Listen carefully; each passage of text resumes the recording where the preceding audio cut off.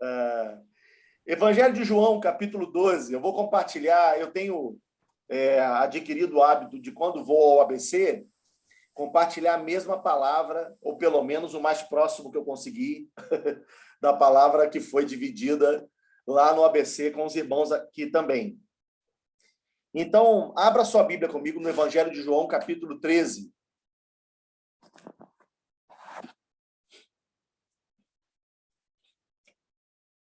Abre aí. Eu queria animar os irmãos a, nessas nossos encontros da igreja, separar esse tempo sem nada ligado dentro de casa, sem nenhuma distração, para que haja uma verdadeira edificação, um teu tempo com o Senhor, um teu coração voltado tanto para o louvor, para a adoração, do jeito como seria se você estivesse num prédio, num templo, que você adore a Deus. Sabe por quê, irmãos? A reunião é virtual, mas a adoração não é virtual. A experiência com o Senhor não é virtual, ela é real, ela é verdadeira, ela existe. Então, eu queria animar os irmãos a, de fato, considerarem esse tempo, separarem esse tempo, sem nenhuma distração, sem nenhum processo, avisar os filhos, avisar as pessoas ao redor. Agora é a hora da reunião da igreja, eu quero estar aqui voltado, consagrado. Outra coisa que eu quero animar os irmãos é o papel e a caneta para terça-feira, para o nosso encontro de... a Soraya já está no esquema ali já. Toninho também, legal demais, legal demais, legal demais. E para a gente poder estar sempre voltado aqui, para no dia da imersão na palavra, a gente está lembrando dos textos, está lembrando das situações ali. Vamos lá, amados? Evangelho de João, capítulo 13, está escrito assim: um pouco antes da festa da Páscoa, sabendo Jesus que havia chegado o tempo em que deixaria este mundo e iria para o Pai, tendo amado os seus que estavam no mundo, amou-os até o fim. Estava sendo servido o jantar e o diabo já havia induzido Judas Iscariotes, filho de Simão, a trair Jesus. Jesus sabia que o Pai havia colocado todas as coisas debaixo do seu poder e que viera de Deus e estava voltando para Deus. Assim, levantando-se da mesa, tirou a sua capa e colocou uma toalha em volta da cintura. Depois disso, derramou água numa bacia e começou a lavar os pés dos seus discípulos, enxugando-os com a toalha que estava em sua cintura. Chegando-se a Simão Pedro, que lhe disse: Senhor, vais lavar os meus pés? E respondeu Jesus: você não compreende agora o que estou lhe fazendo. Mais tarde, porém, entenderá. Disse Pedro: não, nunca lavarás os meus pés. E Jesus respondeu: se eu não os lavar, você não terá parte comigo. Respondeu Simão Pedro: então, Senhor, não apenas os meus pés, mas também as minhas mãos e a minha cabeça. Respondeu Jesus: quem já se banhou precisa apenas lavar os pés. Todo o seu corpo está limpo. Vocês estão limpos, mas nem todos. Pois ele sabia quem iria traí-lo e por isso disse: nem todos estavam limpos. Amém. Você pode orar comigo agora? Pedir ao Senhor palavra de Deus sobre você? Pedir ao Senhor que Ele derrame graça sobre você? Pai de amor, obrigado por esse tempo, obrigado pelos irmãos que separaram um tempo no seu dia para estarmos juntos, ainda que fisicamente distante, mas unidos ao redor do Senhor, ao redor do seu pão, do seu alimento, da sua doutrina. Obrigado pelo coração de cada querido e querida. E eu peço agora que aí, na casa de cada irmão, o seu espírito seja presente, que os irmãos não escutem as minhas palavras simplesmente, mas na minha voz eles tenham uma possibilidade de ouvir o teu espírito, de maneira que enquanto eu estiver aqui falando, falando e falando, o Senhor esteja ministrando aos corações. Então, haja, em nome de Jesus, ouvidos para ouvir. Todo pensamento seja levado cativo diante do Senhor, em nome de Jesus, de maneira que não haja construções mentais, intelectualidade, arrazoamentos divergentes, não das minhas palavras, mas da tua palavra dada ao coração e à vida de cada um dos meus irmãos, Senhor. Em nome de Jesus. Amém. Amém. Sabe, gente, o que me deixa mexido nessa palavra é quando o evangelista faz questão de descrever qual era o estado de consciência de Jesus nesse momento. Eu disse a vocês semana passada que nós temos falado sobre ceia, lembra disso? Semana passada eu falei sobre ceia de uma outra maneira, em outro momento da ceia. Nós ainda estamos na ceia. Hoje de manhã foi ceia lá no ABC, como o Tunim mencionou, uma reunião maravilhosa, preciosíssima, uma coisa linda do Senhor mesmo, derramada. E a gente está em ceia, a gente está num ambiente de ceia, a gente está no espírito de ceia, a gente está numa alegria de ceia, a gente está num momento de ceia. Então, eu sigo ministrando isso, porque nos momentos da ceia, Jesus dá aos discípulos, me parece, que o fundamento do evangelho, os fundamentos de evangelho. Entenda o que eu quero dizer. Existem coisas que são periféricas, elas são acessórios do evangelho. E quando eu falo isso, eu não estou dizendo que essas coisas não são importantes, que essas coisas não são valiosas, que essas coisas não são preciosas, que elas não são necessárias. Tudo que há no evangelho é poderoso, é importante, é necessário, mas são coisas num nível, num grau de valor e de importância menores do que o fundamento ou dos fundamentos do evangelho. Por exemplo, quando nós falamos dos dons do Espírito Santo, que são coisas absolutamente imprescindíveis para a vida da igreja, sem o dom do Espírito Santo, você não tem autoridade, você não caminha, não avança. Sem o derramar, né, como a Bíblia chama do Espírito Santo, sem o revestir do Espírito Santo, a igreja não avança. Tal importância que Jesus soprou sobre os discípulos o Espírito. Mas os dons, eles são tratados como um acessório. Você vai entender por quê.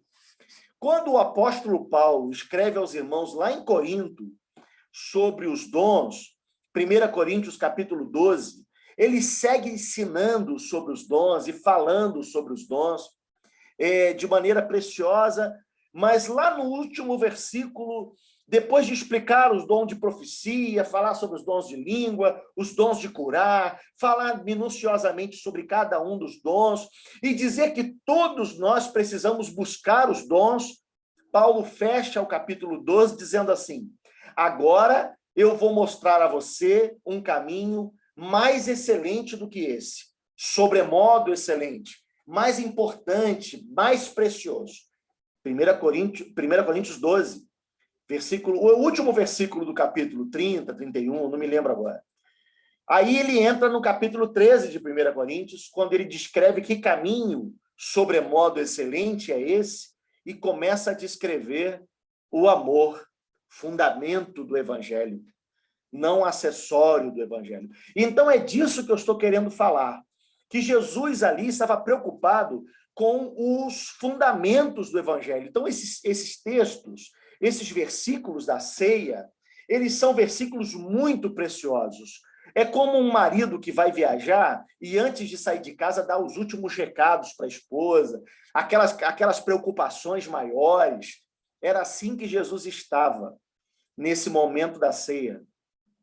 O estado de consciência de Jesus era total, era pleno. João, o evangelista, diz que, tendo consciência de quem ele era, João diz assim, versículo 3, Jesus sabia que o Pai havia colocado todas as coisas debaixo do seu poder. Você entende isso? Jesus agora, ele estava no estágio de consciência total de quem ele era. Não havia dúvida alguma. E aí talvez você se pergunte assim, mas Alexandre, houve dúvida em algum momento? Queria dizer a você que Jesus não nasceu com consciência total de quem ele era. Isso foi sendo lhe dado. A Bíblia diz que Jesus aprendeu. Isso é assunto para um outro sermão, mas Jesus aprendeu, inclusive aprendeu pelo sofrimento. Mas, nesses estágios que ele estava agora, ele tinha consciência plena. Ele sabia que o Pai havia colocado todas as coisas debaixo do seu poder, que ele viera de Deus e que ele estava voltando para Deus. Assim, ele sabia que o seu nome era o nome acima de todos os nomes. Agora, ele sabia que ele tinha todo o poder no céu e na terra. Ele sabia que ele tinha toda a autoridade.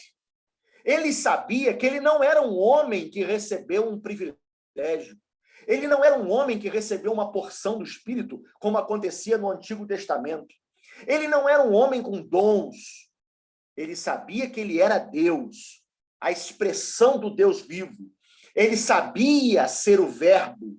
Ele sabia ter todo o poder. Aí o que ele faz com o que sabia? Versículo 4 começa dizendo assim, assim, quer dizer, porque sabia e como sabia, levantou-se da mesa, tirou sua capa, colocou uma toalha em volta da cintura, depois disso derramou água numa bacia e começou a lavar os pés dos discípulos. Ora, no nosso modelo de vida, na nossa cultura, a gente não sabe o que significava aquilo. Lavar os pés, me deixa explicar. As pessoas andavam naquele tempo com sandálias abertas e faziam longas viagens a pé, na maioria das vezes. Havia os animais, mas na maioria das vezes as longas caminhadas eram feitas a pé. E as estradas eram de barro. Então, os viajantes chegavam, os caminhantes, os andantes, chegavam no seu destino naturalmente com os pés cheios de barro, cheios de sujeira normal da caminhada. Era uma gentileza. Quem recebia alguém na sua casa, disponibilizar um escravo que lavasse os pés dos viajantes antes de se sentar à mesa. Isso era um carinho, era uma expressão de generosidade do anfitrião que recebesse visitantes. Esse escravo, a escravatura era algo natural da cultura daquele tempo, haviam escravos, e as pessoas tinham normalmente mais do que um escravo. E os escravos eram escalonados de acordo com o seu potencial, seja intelectual ou braçal, de força. Ninguém colocava um escravo inteligente para esse serviço de lavar os pés.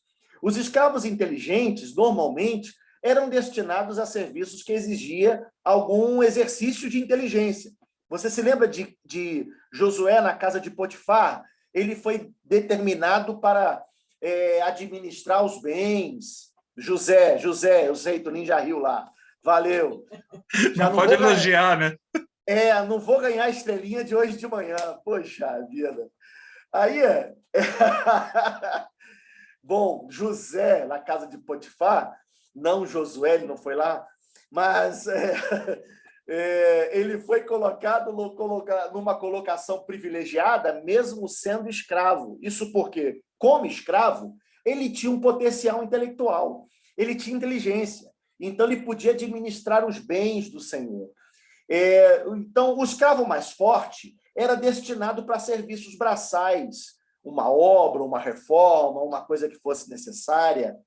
Agora, quando se tinha um escravo comprado ainda adolescente, por exemplo, quando se tinha um escravo comprado sem alguma capacidade intelectual, quando se havia comprado um escravo ainda muito fraquinho, sem uma alimentação robusta, um escravo que não servisse para resolver problemas que exigissem alguma inteligência, ou para resolver problemas que exigissem alguma força, não prestava para mais nada. A esse escravo dava-se essa tarefa simples de lavar os pés dos viajantes. Então, eu queria que você entendesse a contradição da cena proposta. Tendo Jesus sabido quem era, que tinha todo o poder e toda a autoridade, ele se posta como um escravo incapaz para lavar os pés dos discípulos. Eu imagino que cena constrangedora deve ter ficado no ambiente. O constrangedor amor de Jesus, lavando os pés de cada discípulo. Eu imagino como cada discípulo não gostou do que viu, não entendeu o que viu, não compreendeu o contexto. Um a um, Jesus foi lavando os pés dos seus discípulos, até que ele chega no falastrão Pedro, que não sabia manter a língua dentro da boca, que não conseguia ficar calado. E Pedro pergunta para Jesus, o que é isso que o Senhor está fazendo? Ora, Pedro, queria lembrar uma coisa aos irmãos, Pedro não sabia, tal qual Jesus, quem ele era. Pedro não sabia ainda que Jesus era uma expressão de Deus. Não, Pedro ainda não entendia isso. Pedro não tinha, tal qual os discípulos, eles não tinham nem convicção da ressurreição. Vocês se lembram que depois da morte os discípulos foram voltar para as suas atividades e Pedro volta a pescar? Porque não tinham fé de que ele ressuscitaria. A morte dele na cruz, a despeito das suas mensagens e de ter previsto tudo, foi para a consciência dos discípulos uma derrota, porque eles não sabiam ainda inteiramente quem ele era. Mas, mesmo assim, Pedro via a contradição daquela cena. É o meu mestre que está fazendo o trabalho de um servo inútil, de um escravo incapaz. É o meu Senhor que está fazendo o trabalho de um servo pouco inteligente ou nada inteligente. É o meu Senhor, o meu mestre, o meu rabi, que está lavando meus pés. Jesus, aí Pedro diz, não, você não vai fazer isso. Esse não é o teu lugar. Esse não é o teu serviço. Esse não é a tua função. E aí Jesus responde a ele, olha, você não está entendendo o que está acontecendo. Como a gente não entende mesmo, como a gente não entende as coisas de Deus. Por mais inteligente que você seja, por mais teólogo que você seja, por mais experiente que você seja, quando Deus começa a operar, não se assuste de não entender nada, de não compreender os caminhos de Deus. E aí Jesus disse, eu sei que você não entende, Pedro. O que eu faço, você não entende agora. Tenha calma, você vai entender. E aí Pedro disse, não, você não vai lavar de jeito nenhum meus pés. Olha, eu quero dar uma parada aí. E o meu convite a você hoje é te chamar à reflexão do lava-pés. É te chamar à reflexão do privilégio que temos enquanto igreja de lavar os pés uns dos outros. Da beleza da igreja no sentido de lavar os pés.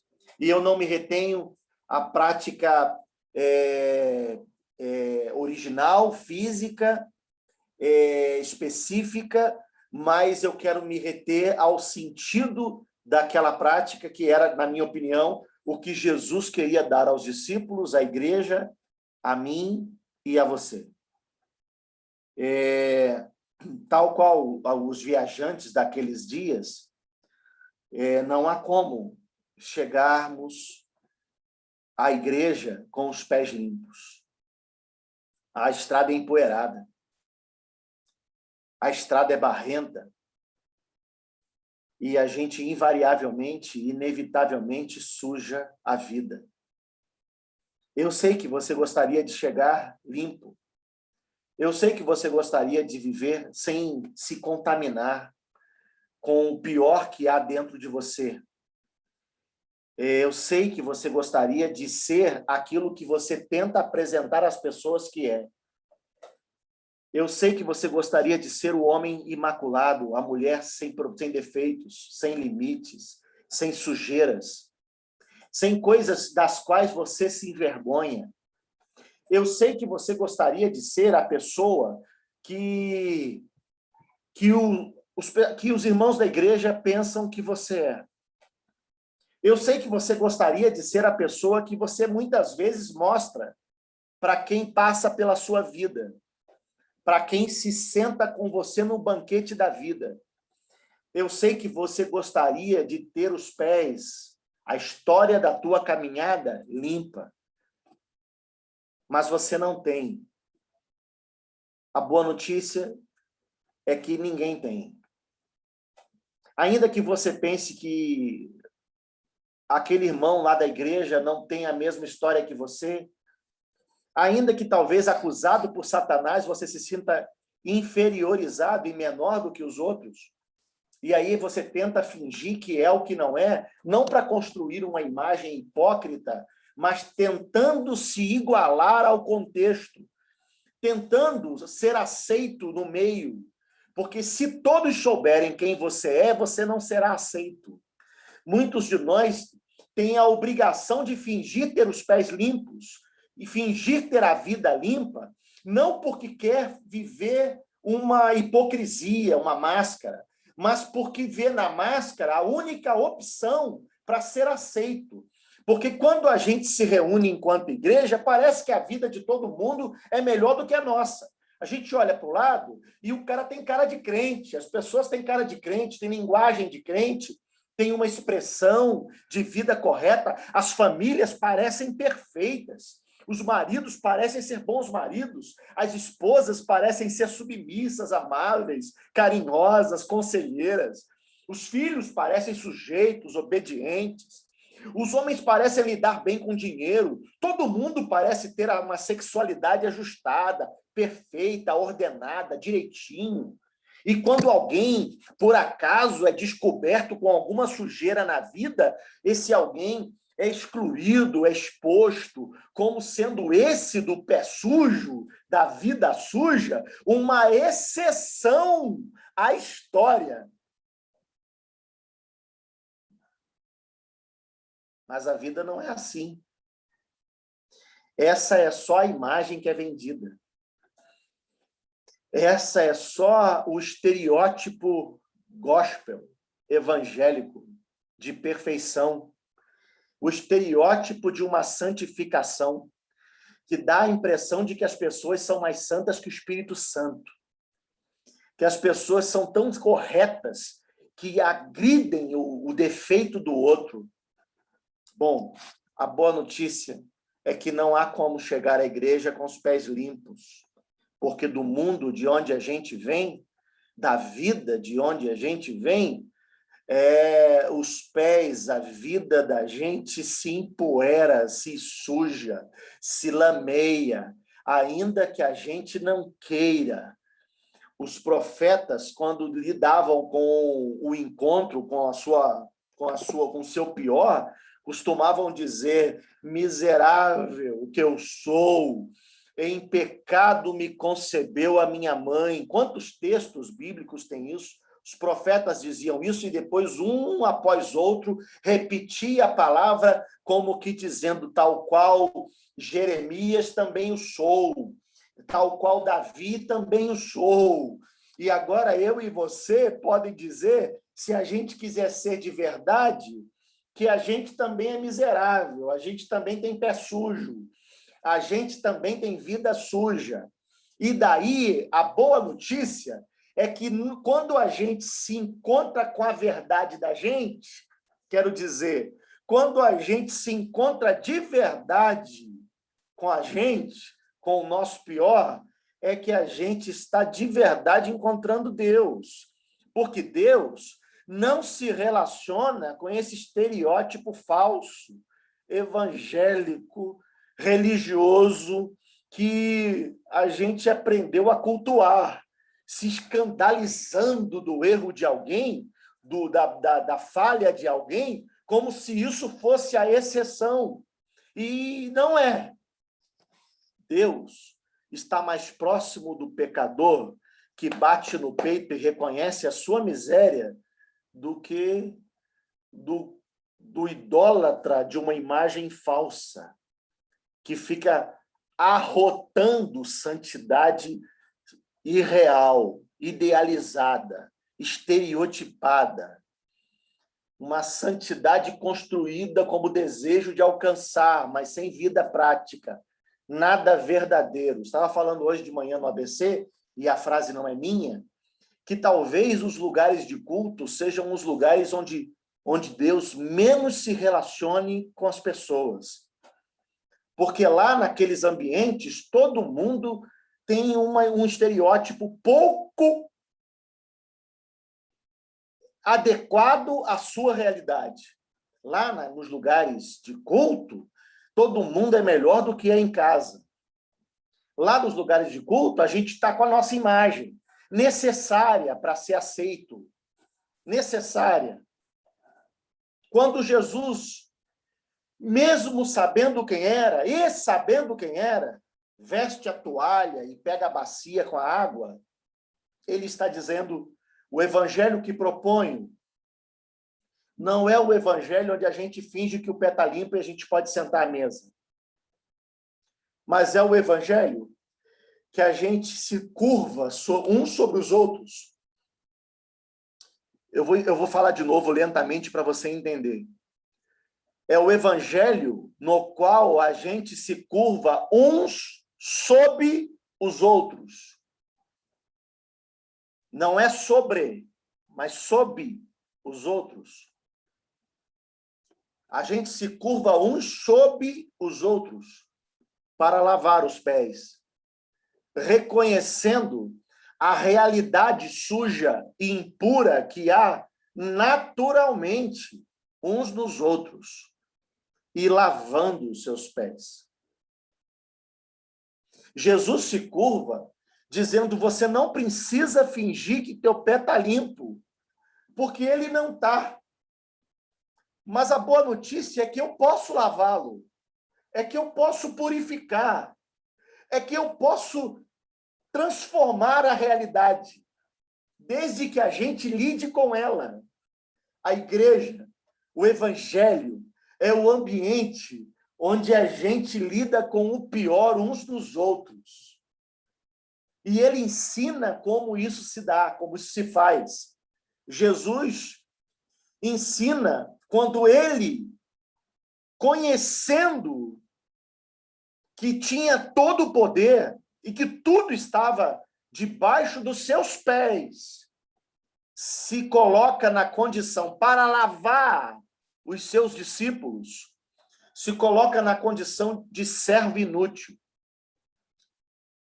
Como é que a igreja pode lavar os pés uns dos outros? Em primeiro lugar, como eu falei, irmãos, é reconhecendo que todos nós temos os pés sujos. Esse é o primeiro passo.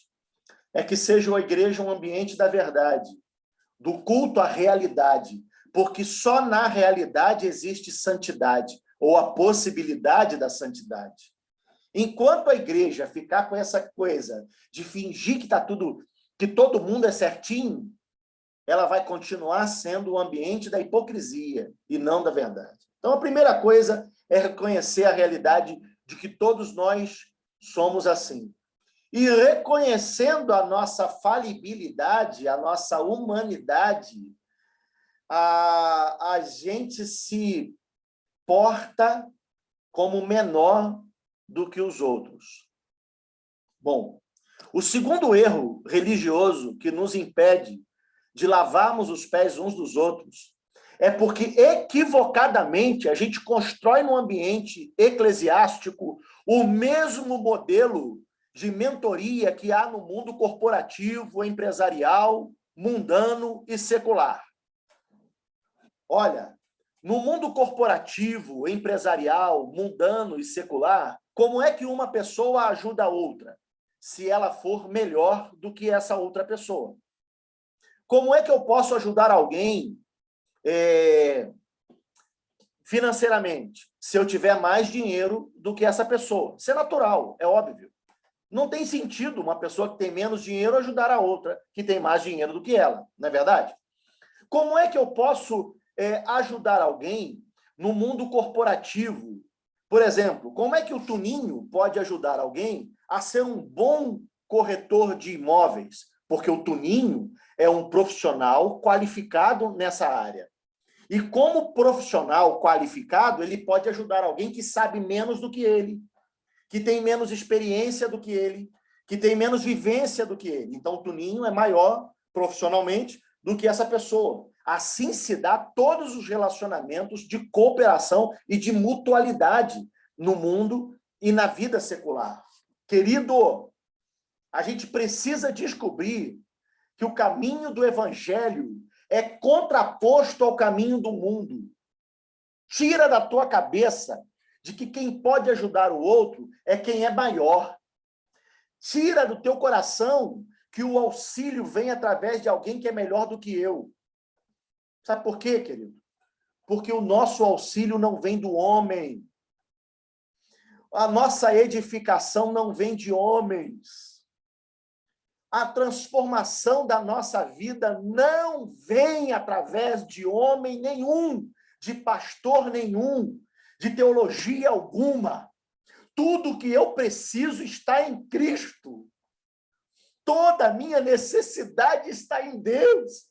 E se Deus não lavar os meus pés, homem nenhum pode fazê-lo. Se Deus não santificar a minha vida, homem nenhum pode fazê-lo.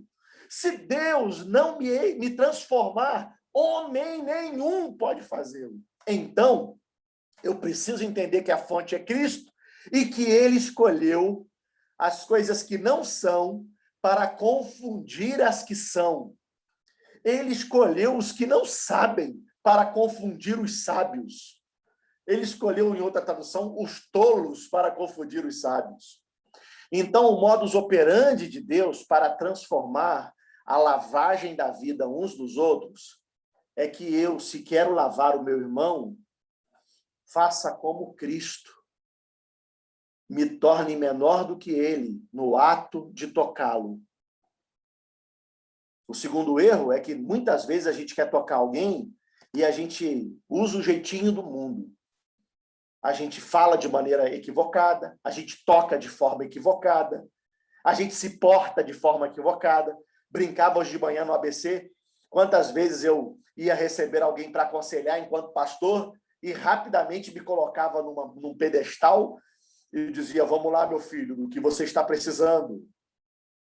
Afinal de contas, eu sou aqui o homem de Deus que vai ajudar você. Eu sou o homem de Deus, o canal de Deus para edificar a sua vida. E tolamente a gente achava que isso nos fazia melhor, maior, superior, de alguma forma, à vida de alguém. O caminho é o inverso. Jesus foi tomar a posição de servo inútil para lavar os pés de alguém. Se queremos lavar os pés de alguém, se queremos ser instrumento de Deus para o agir de Deus na vida de alguém, para a santificação, para o superar de pecados, para lavar as sujeiras do mundo e da vida em alguém, o primeiro caminho é ser tal qual Cristo, que sendo igual a Deus, não considerou o ser igual a Deus coisa que se devia pegar, mas esvaziou-se a si mesmo, tomando a forma de homem e achado em figura humana, foi obediente, se colocou como servo e como servo foi obediente até a morte e morte de cruz. Bom, se eu quero ser o instrumento para lavar a vida de alguém, eu preciso aprender a não me apegar àquilo que eu sou, não aquilo que eu penso que sou, porque muito normalmente a gente pensa que é muito mais do que é de verdade. Se eu quero ser instrumento verdadeiro para lavar os pés dos meus irmãos, se eu quero ser parte dessa igreja, onde a gente chega lidando com a verdade dos pés sujos, mas quando chega a vida elevada, quero dizer, a gente lida com a verdade, mas não fica nessa verdade destruída, porque senão não teria sentido a vida da igreja. A gente lida com a verdade para lavá-la. A gente lida com a verdade para santificá-la. E se eu quero ser instrumento, quero ser parte desse processo, eu preciso aprender a, quando olhar para o pior do meu irmão, não fazer disso um pedestal para fingir que sou melhor do que ele. Porque normalmente é isso que acontece. Quando eu encontro um defeito no meu irmão, isso me faz sentir tão bem. Quando eu acho o pecado de um irmão, quando eu vejo alguém que é menor do que eu em alguma coisa, e se esse pecado não é o pecado que eu cometo, isso me deixa com um sentimento de superioridade, porque isso alimenta meu ego. Aí eu falo do meu irmão, eu encontro, e é por isso, irmãos, que acontece maledicência entre nós, maledicência no meio da igreja, porque a soberba faz você achar que o fato de encontrar defeito no teu irmão te torna melhor do que ele, te torna maior do que ele. E isso é uma mentira maligna, porque não há pecado maior do que outro. E se teu irmão comete pecado que você não comete, você só está vendo os pés dele. Mas acredite, amado, alguém verá teus pés também. E como a gente falou agora há pouco sobre ofertas, ministrando o texto lá de Lucas, que você perdoe, que você aprenda ao lidar com o pior do irmão, se portar como menor do que ele. Porque descobrir teu pecado não esvazia quem você é em Cristo. Porque você não é o que você faz. Lembra quando falamos da identidade? Você não é o erro que você cometeu. Você não é o que o pior dos teus comportamentos demonstra. Você é aquilo que você foi feito para ser em Cristo Jesus. Eu vou terminar, mas em último lugar, eu queria refletir com você que o lavar pés fala do exercício da mutualidade da igreja, da beleza de ter os pés lavados e de lavar os pés dos meus irmãos. Assim, quem é que lava os pés? Não é o pastor que lava os pés. Não são os pastores que lavam os pés dos irmãos. Os irmãos lavam os pés dos irmãos. E quando eu, Alexandre, lavo o pé de um irmão, não é o pastor lavando o pé, é o Alexandre lavando os pés. É o Alexandre, que do mesmo jeito como lava, é lavado. E é essa a beleza da igreja. Que o Senhor, que dá o Espírito para lavar, também dá o Espírito para ser lavado. Porque é muito difícil ter a humildade, o quebrantamento e o posicionamento de servo inútil para lavar os pés do meu irmão, sem, contudo, perder de vista que ele é maior do que eu. Ele ainda assim é maior. Eu estou aqui lidando com a impureza do meu irmão, com o pior dele, com o pecado dele. Mas esse meu irmão é maior do que eu. Eu sei que isso é difícil, mas talvez seja muito difícil também ter os pés lavados. Talvez seja muito difícil no momento em que um irmão se aproxima de você para dizer, amado, agora é a tua vez. Amado, eu tenho visto que você não lida bem com a sua esposa. Não é assim que a palavra nos ensina. Querido, eu tenho visto que você não se comporta bem como esposa com o teu marido. Não é assim que a palavra ensina. Não é assim que a palavra ensina a lidar com os teus filhos. Não é assim que a palavra ensina a lidar com o teu dinheiro. Não é assim que a palavra ensina você se comportar no teu trabalho. Não é assim que a palavra de Deus nos ensina a tratarmos uns aos outros. Que a beleza da igreja é quando você sabe lavar e quando você sabe ser lavado. A beleza da igreja está em ter um coração quebrantado para lavar e um coração quebrantado para ser lavado. Quando Jesus tenta lavar os pés de Pedro, ele fala que não. Pedro diz a ele, você não pode lavar os meus pés, e Jesus fala, se eu não te lavar os pés, você não tem comunhão comigo. Pedro responde, então me lava todo, e Jesus disse, eu não preciso lavar você todo, porque a palavra já te lavou. O que te qualifica para lavar os pés é porque você já está lavado pela palavra. E o que é isso? Uma vez que eu tenho uma experiência com Deus, o Espírito me leva ao quebrantamento necessário, à humildade necessária para permitir que alguém lave os meus pés. A minha oração essa noite é que o Senhor nos ensine a lavar os pés dos irmãos que chegam perto da gente com os pés sujos. Mas também para que tenhamos suficiente lavagem no corpo, na mente e nas mãos, para que tenhamos um espírito quebrantado, para termos os nossos próprios pés lavados e sejamos uma igreja de servos lavando os pés uns dos outros. Que o Senhor nos abençoe. Eu quero orar com você. Quero chamar você a um momento de oração agora. Talvez você esteja aqui me ouvindo e lembrando de situações onde alguém tentou lavar os teus pés, mas você não foi suficientemente humilde. Talvez, enquanto eu estou aqui falando, talvez você se lembre de que você foi na vida de alguém para lavar os pés, mas não como um servo inútil, se achando melhor, se achando maior. E talvez hoje aqui, enquanto falo, o Senhor esteja dizendo, vai lá de novo, mas vai diferente. Vai como servo. Não vai como dono da verdade. Não vai com soberba. Não vai se achando melhor. Vai como servo. Talvez hoje o Senhor nos ensine a como de fato devemos lavar e ser lavados.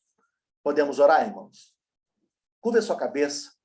Feche seus olhos. Nesse momento eu te peço para fazer isso. Nem sempre eu peço para você fechar os olhos. Baixar a cabeça. Mas numa oração como essa eu peço. E por que eu peço? Porque eu quero te chamar a olhar para dentro de si. Eu quero te chamar a, de olhos fechados, ter os olhos fitos em Jesus, num momento como esse, para a gente orar junto. Pai de amor, obrigado por esse tempo e pela vida dos irmãos, que, como sempre, generosamente gastam seu tempo ouvindo, me escutando na intenção de te ouvir, Senhor. Em nome de Jesus, eu oro para que os irmãos tenham conseguido te ouvir para além da minha voz. E eu oro agora, Senhor, para os irmãos que oram comigo, dizendo, Deus, eu preciso ser lavado. Me ajuda a ter um coração quebrantado para receber os irmãos que tentam me lavar, que tentam me ajudar, que tentam me santificar. Eu oro por alguém que ora comigo, dizendo, Senhor, eu não sei lavar os pés do teu jeito. Às vezes, quando eu chego mais do meu jeito do que do teu. Eu aprendi errado, Senhor. Eu aprendi que quem lava pé é maior, que quem toca no outro é superior, e às vezes eu chego com um ar de superioridade. Senhor, talvez eu tenha entendido errado a autoridade. Me ajuda a ter o mesmo sentimento que o Senhor teve quando não se apegou ao ser igual a Deus. Me ajuda a me esvaziar. Me ajuda a me posicionar diante do meu irmão como um servo inútil. Me ajuda a não querer ser mais santo, a não querer ser mais inteligente, a não querer ser mais sábio, a não querer ser o dono da verdade. Me ajuda a apresentar uma verdade que não é minha. Me ajuda a apresentar um poder que não é meu. Me ajuda a apresentar uma autoridade que não é minha. Me ajuda, Senhor, a ser um servo inútil, tocando nos pés dos meus irmãos. Deus, eu oro por quem ora comigo, de um jeito ou de outro, ou dos dois jeitos, para que o Senhor seja sobre nós. fazendo de nós uma comunidade de lava-pés, uma comunidade que tem coragem de lidar com a verdade uns dos outros, lavando os pés uns dos outros, para que haja santidade, para que haja purificação e libertação de todas as sujeiras que cada um de nós traz da vida. Que o encontrar de Cristo seja um encontrar transformador, purificador da existência, de maneira que, ao sentar à tua mesa, sejamos purificados, tenhamos os pés de fato lavados. Em nome de Jesus. Amém.